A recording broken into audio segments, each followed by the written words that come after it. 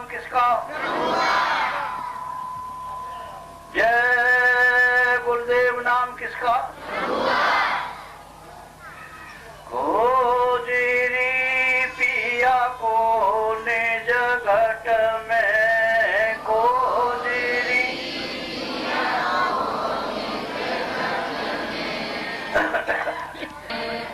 जब सत्य घोर परस न हुए, जय नाम का दान दीन होई हृदय धरे, तब करे शब्द पहचान। जय गुरुदेव। समय निकल गया, कौन सी ऐसी क्रिया जो नहीं की। पूरब गए, पश्चिम गए, उत्तर में गए, पहाड़ों पर गए और नदियों में स्नान किया, मंदिरों में गए, लेकिन आज तक वो किया वो प्रभु आज तक नहीं मिला। हमने दान भी किया, पुण्य भी किया और पाप भी किए, सब काम किया, लेकिन आज तक नजर नहीं आया। तो महापुरुष कहते हैं कि यह मनुष्य मंदिर है, इसमें अपना निज घाट है। जहाँ जीवात्मा बैठी है वहीं पर घाट है, और घाट को जानकार से जान लो। ये जानकार अपना घाट जान करके और घाट पर जब बैठोगे तब तुमको प्रीतम का रास्ता, प्रीतम कहते हैं मालिक, सच्चे प्रभु को, पिता को, वही चलता है। कहते हैं जब तो आपको मिलेगा और बाहर से आप इस बुद्धि से पहाड़ों पर, जंगलों में, कहीं इधर उधर कहीं भी भटकते रहोगे, कभी वो मिलने वाला नहीं है। जब मिलेगा तब तुम्हारे निज घाट पर। और निज घाट कहाँ है? इधर देखो मेरी तरफ, ये जीवात्मा यहाँ तो है नहीं है, न इधर मुंह में, न इस तरफ गले में है, न इधर सीने पर है, न इधर नाभि पर। ये जीवात्मा तो मनुष्य शरीर के यानी नाके पर बैठी है और वो इधर है दोनों आंखों के ऊपर। ऊपर में स्वर्ग का और नीचे मृत्यों का, बीच में ये बैठी हुई है। तो आप उसका पता तो लगा नहीं सकते हो कि अपना निजी घाट कहाँ पर है। बाहर इंद्रियों के दरवाजों पर बैठ करके आप और कान से और बुद्धि से और मन से और चित्त से इधर उधर आप देखते और सुनते और बोलते और भटकते रहते हो, तो वो निज घाट तो आपका है नहीं, ये तो इंद्रिया है जड़। और मन इस पर बैठ करके अपने सुख को, अपने आनंद को, आराम को चाहता है, तो इंद्रियों के घाट में कुछ मिलता नहीं। तो आज तक कभी भी ऐसा आभास नहीं हुआ कि हमको प्रभु की झलक मिलती। दूसरा जीवन तो आप कहीं में चला गया। अब यह है कि तुम रहने वाले काम के हो। तुम्हारा देश कैसा है? क्योंकि ये तो परदेश है, इधर से सूरज निकलेगा, इधर टूट जाएगा, अंधेरा हो जाएगा, फिर आएगा तो कभी उजाला हो गया और फिर चला गया तो अंधेरा हो गया। लेकिन तुम्हारा जो प्रभु, जो सच्चा मालिक, सच्चा स्वामी और सच्चा जो तुम्हारा प्रीतम है, वो कैसा है? तो जरा आप उसके बारे में भी सुन लीजिए। और मैं एक प्रार्थना करूंगा तो सब लोग एक स्थान, ये स्त्री पुरुष सब बोलेंगे। सत्य गुरु सत्य नाम तुम्हें कोला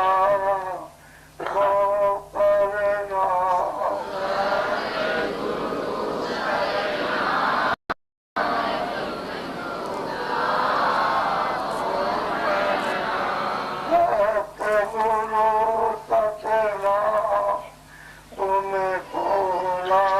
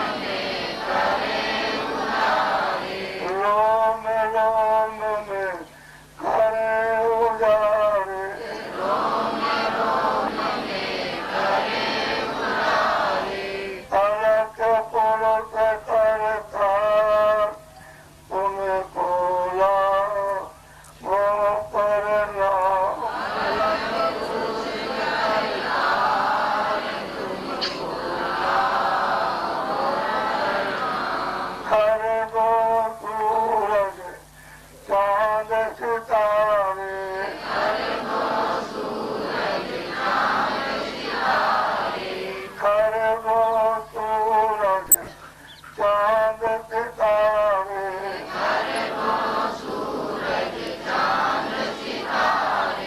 रोम रोम में करे उजारे,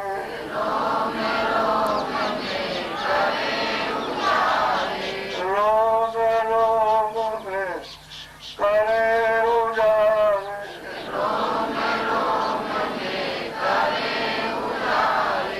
अग्रम पुरुष करता तुम्हें बोला हो परिणाम,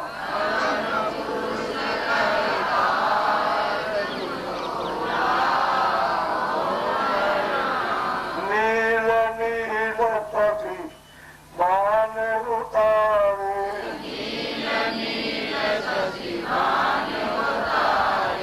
नील नील पति मान उतारे,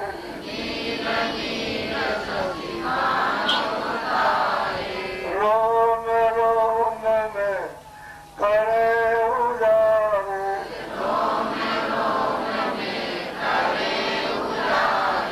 रोम रोम में करे उजारे,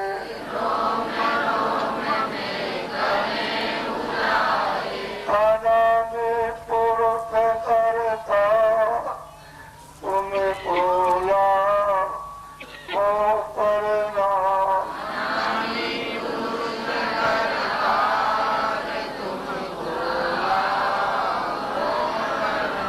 आना में पुरुष करता तुम्हें बोला हो परिणाम,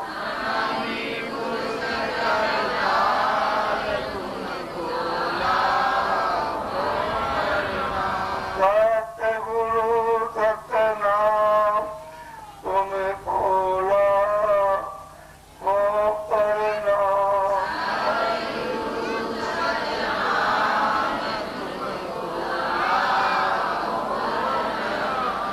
तुम्हें बोला हो परिणाम,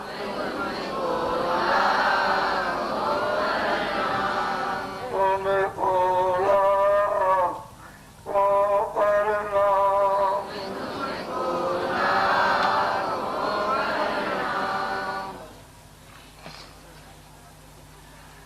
नर नारियों, बच्चे और बच्चियों,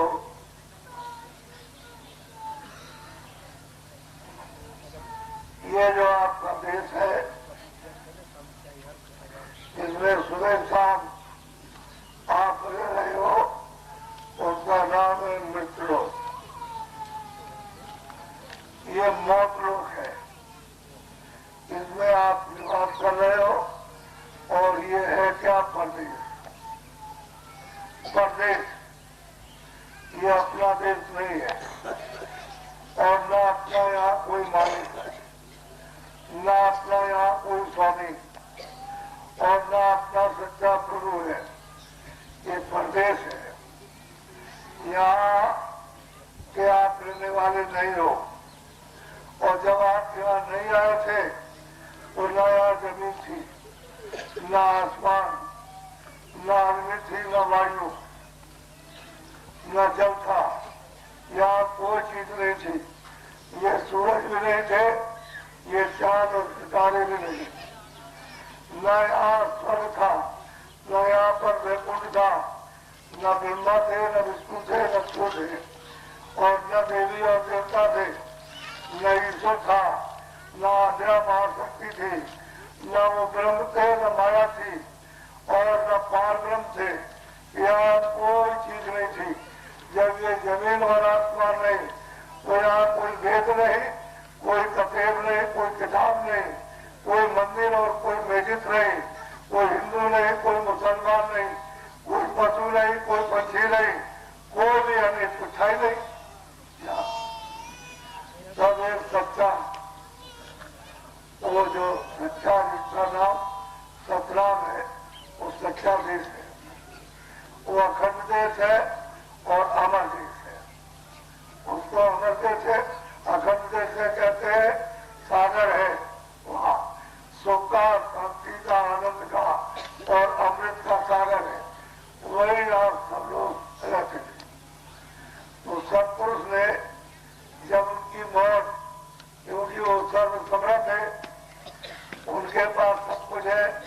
उनके हुक्म में, उनके आदेश में कौन दखलंदाजी कर सकता है? वो तो सब कुछ बना सकते हैं, छत डाल सकते हैं। तो उन्होंने अपनी मौत और मर्जी से उन्होंने अपने से आवाज निकाली, एक शब्द निकाला बड़ी तेजी और ताकत के साथ। इन्हें इतना तेज और इतनी ताकत के ऊपर से तमाम ब्रह्मांडों को, तमाम लोगों को, अनगिनत ब्रह्मांड और अनगिनत लोग, ये सब उधर से वो बनाते हुए चले आए और सबको यहाँ पर उन्होंने ये सब मसाला, जल पृथ्वी अग्नि वायु आकाश और लिंग मसाला और सूक्ष्म मसाला और कारण मसाला, ये साफ का साफ उन्होंने उतार करके और नीचे कर दिया। आप उस समय नहीं आए थे, खाली कोला, कोई मतलब आपसे पर्दा नहीं, किसी तरह की कोई भी गंदगी नहीं है। ये सब उन्होंने इतने लोकाचार बनाए। फिर उनकी अवधया और उनकी मौत हुई तो उन्होंने अपने 16 बच्चों को अपने सत्यदेव से, अपने अमरदेव से उनको अपनी आवाज पर उतारा कि लो ये मेरी आवाज है और इसको उतर करके तुम नीचे जाओ।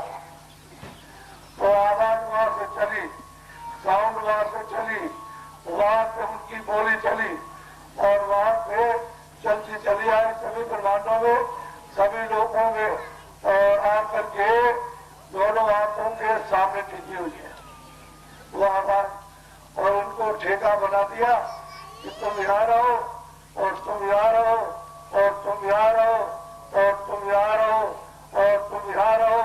और ये इस तरह से सबको, उनको सबको यानी अवसान बनाकर और सबको बैठा दिया। रचना हुई और 16 उनके पुत्र, 16 उनके सुत्र वहां से बच्चे भेजे गए अमरदेव से और उनको जब भेज दिया तो अपने अपने अवसारों पर आकर के बैठ गए। तो यहाँ कोई भी जीवात्मा नहीं थी, न यहाँ कोई शरीर था, कुछ नहीं था, वो चीज नहीं थी। जब उनको बैठाया तो अपने अवसान पर बैठ करके उन्होंने अघोर तपस्या की, समाधि लगाई। 16 पुत्रों ने अपने अवसान पर बैठ के समाधि लगाई और समाधि लगाते लगाते कितने युग और कल्प बीत गए जिसकी गिनती आपके पास है ही नहीं। सब गिनती जितनी भी है लिखने पढ़ने में सब खत्म हो जाएगी और उसका दूना कर दो और तिगना इतने युगों तक वो समाधि अपनी तपस्या करते रहे, अखंड उस प्रभु का ध्यान करते रहे। जब इतने समय के बाद जब उन मालिक उनसे खुश हुए, प्रसन्न हुए तो उन्होंने कहा कि मैं तुम्हारी तपस्या और ध्यान से बहुत प्रसन्न हो गया हूँ।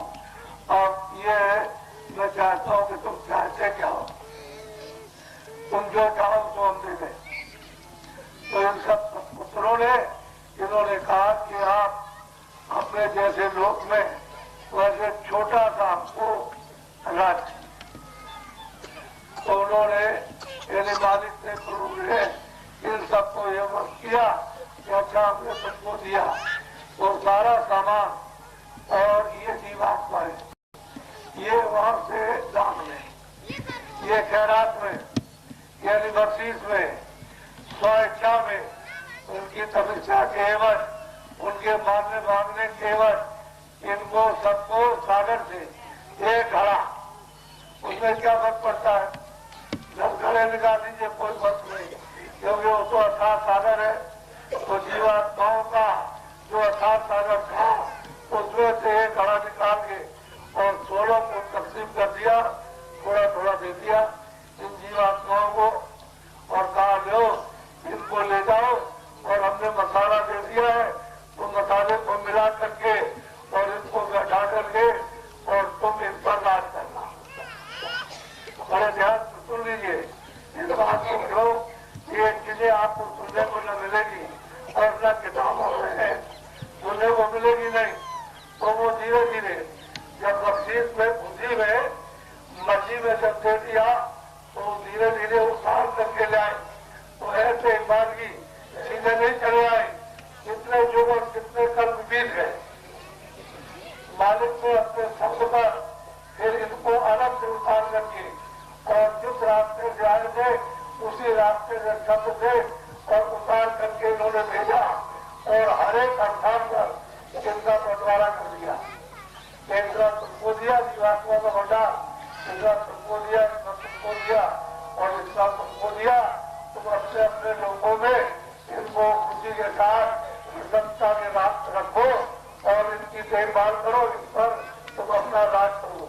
और सुखों को, जीवात्माओं को इनको समझाया कि देखो मैं जिस नाम से तुमको उतारता हूँ उस नाम को तुम नीचे जाकर छोड़ना नहीं, उसको तुम पकड़े रहना, नाम मत छोड़ना, शब्द मत छोड़ना, आवाज मत छोड़ना, क्योंकि उसी आवाज पर उतार करके भेजा गया। तो आवाज पर उतार करके जब लाया गया तो फिर ईश्वर ने क्या किया कि आपको नीचे भेजा। तो आज्ञा मां शक्ति उससे रंग मिल करके उन्होंने 3 पुत्र पैदा किए, ब्रह्मा विष्णु महादेव, और उनको काम जरूर कर दिया कि देखो तुम्हारा ये काम, तुम्हारा ये है और तुम मसाला मिलाओ और मैं भक्तों को, जीवात्माओं को मैं ऊपर से उतार को तुमको देता हूँ और तुम उस मसाले में बसता हो। तो इन्होंने मसाला ब्रह्मा विष्णु महादेव ने बना दिया और ऊपर से उतारा, उस मसाले में जा करके जो बनाया तो उसमें बैठा दिया। सबसे नीचे उतार करके जाए तो ये स्थूल था 5 तत्वों का, जल, पृथ्वी, अग्नि, वायु, आकाश, ये मसाला था।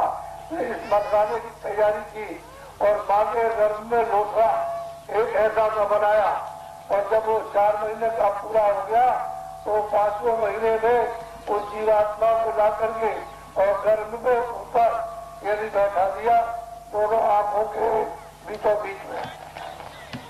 अब यहाँ बैठ गई तो इसकी रोशनी से उसमें दूसरे में प्राप्त थे, आँख के, कान के, नाक के और मुख के और गुदा के और इंद्री द्वार के साथ ये सब कुछ बन गया। फिर उन्होंने क्या कहा कि देखो एक काम करो कि तुम उतर के नीचे जाओ, ब्रह्मा के, विष्णु के, शिव के 3 सुखों को उनके बोध में, ज्ञान में, उनके काम में, उनकी शक्ति में उतार के भेजा कि तुम जाओ, वहां मैंने उनको उतार दिया है और तुम जाकर के पहले क्या करो कि तपस्या करो और 50,000 वर्ष तक उन्होंने अखंड समाधि लगाई। तीनों ब्रह्मा ने, विष्णु ने, वो तो समाधि में फेल हो गए और थोड़ी बहुत जो सिद्धि मिली है उसको ब्रह्मा को मिली। तो ब्रह्मा को क्या सिद्धि मिली है कि जब समाधि में वो बैठे तो उन्होंने आसमान से जो आवाज आ रही थी जिसको पकड़ के भेजा गया था और वो आवाज उसको सुनाई दी, तो उन्होंने कहा कि जो हम बोले वो किताब को लिखो, बोले तो तुम लिखा लो। तो जो बोलते गए और ब्रह्मा उसको सुन करके लिखते गए, जो बोलते गए लिखते गए। उस समय पर ये स्याही और इस तरह का कागज नहीं था तो पेड़ों की छालों पर निकाला और लिख करके उन्होंने 4 खंड बना दिए, 80,000 कर्मकांड, 16,000 उपासना कांड और 4,000 ज्ञान कांड, 1 लाख श्लोक बनाया। और उन्होंने कहा सारे विश्व में एक भाषा थी, यानी कठोर से कठोर संस्कृत वो भाषा थी जिसमें लोटे में शंकर डालो तो घर बोलेगा और कुछ नहीं है। तो वो भाषा सिर्फ जीवात्मा समझती ईश्वर और कोई नहीं। तो जो बोलते गए लिखते गए और जब लिख करके तैयार हो गया तो उन्होंने कहा कि विधान कानून बन गया विश्व लोक का, ये पाप है, ये पुण्य है, ये अच्छा है, ये बुरा है, ये न्याय अन्याय है, ये सत्य है, ये असत्य है, ये कर्तव्य है, ये छल है और कपट है, ये बेईमानी और धोखा है और ये हिंसा है, ये रक्षा, सब उन्होंने और 4 खाने 84 लक्ष्मणिया और नरक बना दिए और आपको सबको सारे विश्व में सब मनुष्यों को सुनाया कि विधान बन गया और सबको अधिकार और आजादी स्वतंत्र दी जाएगी। तो आपको सुना दिया गया और कहा कि स्वतंत्र अधिकारी आपका कोई भी अधिकार छीना नहीं जाएगा। अधिकार तुम आंख से जो चाहो अच्छा बुरा देखो, कान से अच्छा बुरा सुनो, गाड़ी से अच्छा बुरा बोलो, बुद्धि से अच्छा विचार करो, हाथ पैर से अच्छा और बुरा काम करो। उसकी तरफ से कोई लगाम न आदेश और न मनाई, आपको अधिकार देकर के छोड़ दिया और ये कहा कि देखो ये मेरा मनुष्य मंदिर है और जीवात्मा घाट पर इस दरवाजे पर दोनों आंखों के बीचों बीच बैठी हुई है। जब तुम्हारी मर्जी इच्छा हो तो तुम ऊपर चले जाना और अपने मालिक अपने गुरु के पास अपने परम देश में सब अधिकार आपको समर्पित कर दिया। उस समय पर जब आए थे तो कोई गंदगी नहीं थी, कोई पाप नहीं, कोई पुण्य नहीं, कोई अच्छा नहीं, कोई बुरा नहीं, कोई न्याय नहीं, कोई अन्याय नहीं, कुछ नहीं था। आपकी आंख खुली थी और कान खुले के मां के घर में आए तो आंख खुली है और सब देख रहे हो आप से और हमसे आज तक और सुन रहे हो। और जब बच्चा 9 महीने का बाहर आया तो सतयुग जोगी सब विज्ञान, एक भी बच्चा अल्पज्ञानी नहीं, एक भी बच्चा बच्ची अंधा नहीं, न कोई पुरुष और स्त्री अंधे, सब से सब आंख खुली कान और सब विज्ञान और तत्व सनातन प्राप्त हुए थे और सब रोज आते थे, रोज आते थे। और जब मर्जी हो तो वे चढ़कर चले जाए और उतर करके चले आए, उसमें कोई किसी तरह का बंधन और रोक टोक, कोई चौकी पहरा, कोई दरवाजा किसी तरह का नहीं, कर सबको स्वाधीनता दी। 1 लाख बरस की थी हुआ और जब यह सतयुग की समाप्ति आई तो उस समय पर यह विधान बना तो आपको दिया गया अधिकार जब विधान बन गया और बन के सुना दिया, अधिकार दे दिया तो त्रेता युग लग गया। तो ये जीवात्माएं ये लाख समय पूरा करने पर, वर्ष पूरा करने पर सब लौट गई अपने परम धाम में, अपने सत्य देश में, अखंड देश में। और ये सब की तब और फिर दोबारा भेजी तो फिर चली गई वापस। लाख वर्ष पूरा करने के बाद ऐसे कितनी खेपें चली गई। तब इन्होंने देखा काल भगवान ने कि मैं तो तपस्या करके लाया हूँ और ये सब चले जाएंगे तो मैं राज किस पर करूंगा। तो त्रेता सतयुग के आखिर में और त्रेता के प्रारंभ में ये उन्होंने अपना विधान बना दिया और आपको पूरा अधिकार दिया। उसने कुछ अपने हाथ में रखा नहीं, कभी नहीं रखा, स्वतंत्र अधिकार दे दिया। अब तुम पाप करो, पुण्य करो, अच्छा करो, न्याय करो, ज्ञान ज्ञान और मतलब झूठ बोलो, धोखा दो, किसी को बच्चे को मारो, बच्ची को मारो, जानवर मारो, पशु मारो और पक्षी मारो, जो आपकी तबीयत, चोरी करो और डकैती करो, पानी पिलाओ, किसी को दवा दे आराम, किसी का सत्कार, किसी के छाते, किसी के लाठी, जो आप खाओ, यदि पाप और पुण्य आपको पूरा अधिकार दिया। तो आपने पहले जब अधिकार पा लिया, किसी तारीख के बाद शुरू किया तो आपने पुण्य शुरू किया कि अब पुण्य करेंगे, आपको अधिकार मिला तो आप पुण्य करने लगे। तो सब आत्माओं को सब पहुंचाना, आराम पहुंचाना, किसी जीवात्मा को दुख नहीं देना। उस समय पर न पशु थे, न पक्षी थे, न जीव जंतु थे, न जल के जीव थे, न थल के थे और उसके ऊपर नर्क भी नहीं थे। तो उन्होंने कहा कि देखो भाई, तुम आप पुण्य करोगे तो मैं पुण्य का फल तुमको दूंगा और पाप करोगे तो मैं उसका दंड दूंगा।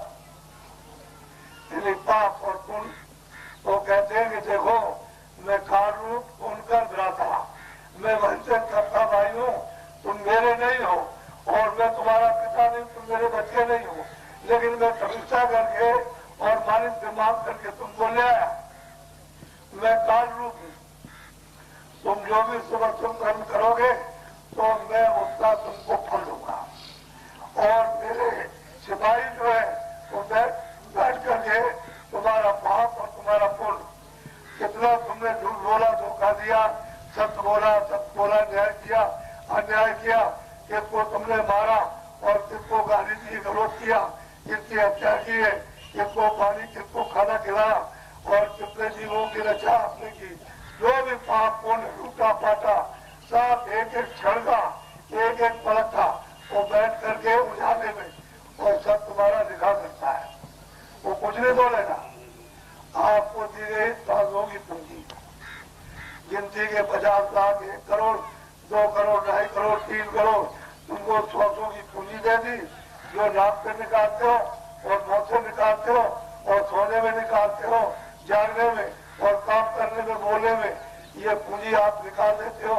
लेकिन जब सत्य का समय था तो आप चढ़ गए ऊपर में, तो पूंजी तो मिली थी बीच में, क्योंकि प्राण तो बीच में मिले, इसलिए प्राण बीच में मिले, मन भी बीच में मिला, बुद्धि भी बीच में मिली, चित्त भी बीच में मिला, अहंकार भी बीच में मिला। ये तो नीचे उतर करके ये सामान हमको दिया गया, लेकिन पहले तो कुछ नहीं था। तो आप चढ़ गए ऊपर, तो सौ की जो पूंजी थी वो वही की हुई रुकी रह गई, वो खर्ची नहीं हुई, न नाक से खर्च हुई और न मुख से खर्च हुई। और आप जब उतर करके आए तो थोड़ी बहुत खर्च हुई, तो उस समय पर 1 लाख। जब ये विधान बन गया करने लगे तो आपकी आयु 10,000 वर्ष की रही, 10,000 वर्ष की। यही मनुष्य लोक और यही पंच भौतिक शरीर जो सत्युग में था वही आपके त्रेता में, और उसके बाद में जब त्रेता जो खत्म हुआ और उसके बाद में फिर आपके सामने विधान आया और आपको सुनाया, तो आप उस समय पर ये कर्म करने लगे तो 1,000 वर्ष की उम्र ले गई। अब लग गया है 5,000 वर्ष का। ये किसने कहा था कि भाई देखो ये जिस काम के लिए आया हूँ मैं कराऊंगा, मैं मारूंगा, मरवाऊंगा, मैं सारे देश को यानी बिल्कुल एकदम बड़े बड़े कचरे आप करा दूंगा।